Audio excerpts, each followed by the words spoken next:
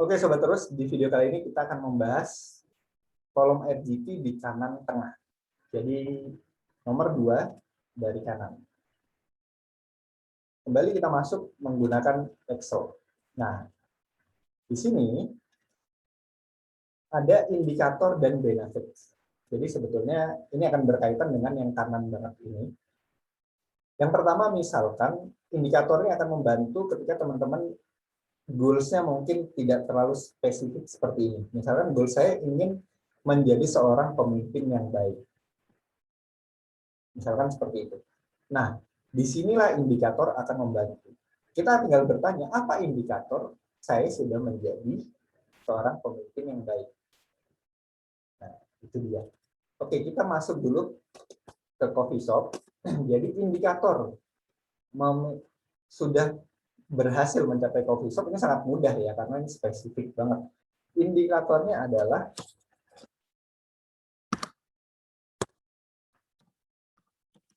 coffee.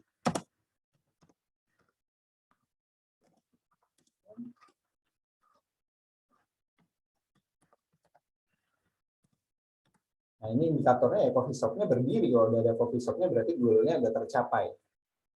Ini adalah indikator yang mudah ketika kita smart-nya sudah sangat jelas. Tapi di satu sisi, saya akan memberikan contoh agar teman-teman juga bisa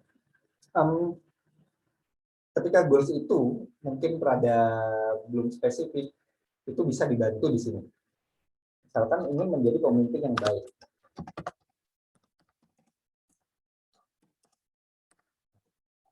Ini kan masih gimana ya? Pemimpin baik itu gimana? Nah, kita tinggal tanya, indikatornya apa? Kalau yang ini di sini misalkan. Kita tinggal langsung tulis aja di sini. Indikator pemimpin yang baik adalah karyawan loyal. Jadi karyawan loyal kerja di sana ya minimal 2 tahun. Misalkan seperti itu. Minimal banget 2 tahun. Kemudian indikator yang baik yang lainnya.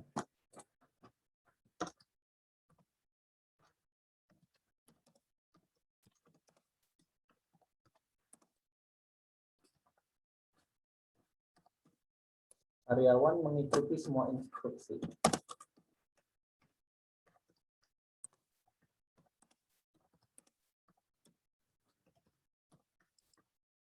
Kemudian indikator lainnya.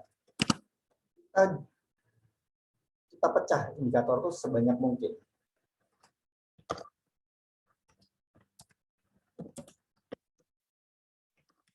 Karyawannya bahagia. Indikator lainnya, ini bisa banyak banget sebetulnya kalau dari pemimpin yang baik. Sangat pandai mendengarkan.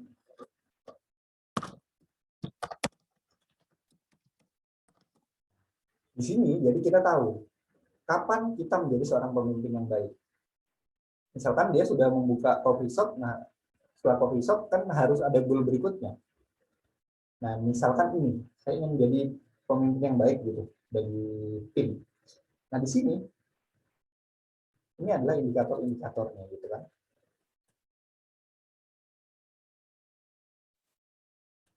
Nah, jadi kita dengan jelas mengetahui sebetulnya goal itu tercapai bagaimana dan kapan.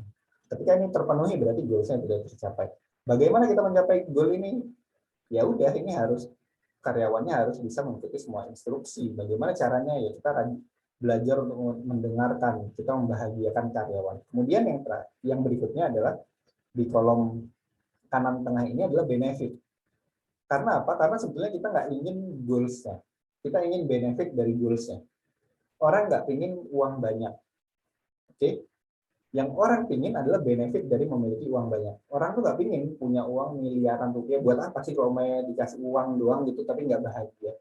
Yang dia inginkan apa? Benefit. Dengan dia punya uang. Misalkan saya punya uang 1 miliar rupiah, dengan punya uang 1 miliar rupiah, saya bisa beli aset. Saya bisa jalan-jalan ke luar negeri. Saya bisa umroh dengan mudah. Nah, itu yang diinginkan sebetulnya kan. Nah, jadi benefitnya harus jelas. Kita seperti orang yang menjual sesuatu kepada diri kita sendiri. Kita seperti seorang sales. Sales itu nggak jualan HP. Oke? Sales itu orang-orang membuat itu nggak jualan HP. Yang dia jual apa? Benefit dari HP ini. HP ini kencang. udah 4G, kameranya bagus, kemudian tahan air, itu yang diinginkan. Nah, kita harus memperjelas juga pada diri kita, sebenarnya kita ingin mendapat apa? Benefitnya apa sih? Saya sudah kerja mati-matian untuk bikin coffee shop nih. Nah, disinilah kita lihat. Benefitnya adalah kebebasan waktu. Kebebasan waktu dalam arti bukan ngapa-ngapain ya, coffee shopnya tinggal enggak, maksudnya tidak terikat jam kerjanya, jadi lebih bebas. Kemudian kebebasan berekspresi, kebebasan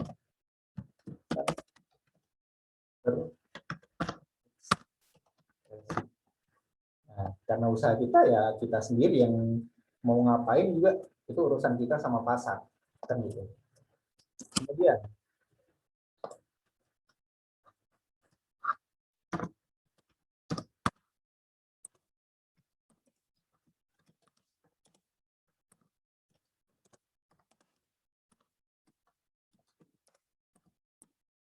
kesempatan mendapatkan relasi dengan pengusaha-pengusaha lainnya. Ya kan yang namanya karyawan ya biasanya berkumpulnya sama karyawan. Pengusaha berkumpulnya sama siapa? Pengusaha. Nah, seperti itu. Kemudian yang diinginkan yang lainnya, misalkan ilmu baru, pengalaman baru. Ya kan? Punya pengalaman gimana sih ngadepin satu tantangan gitu.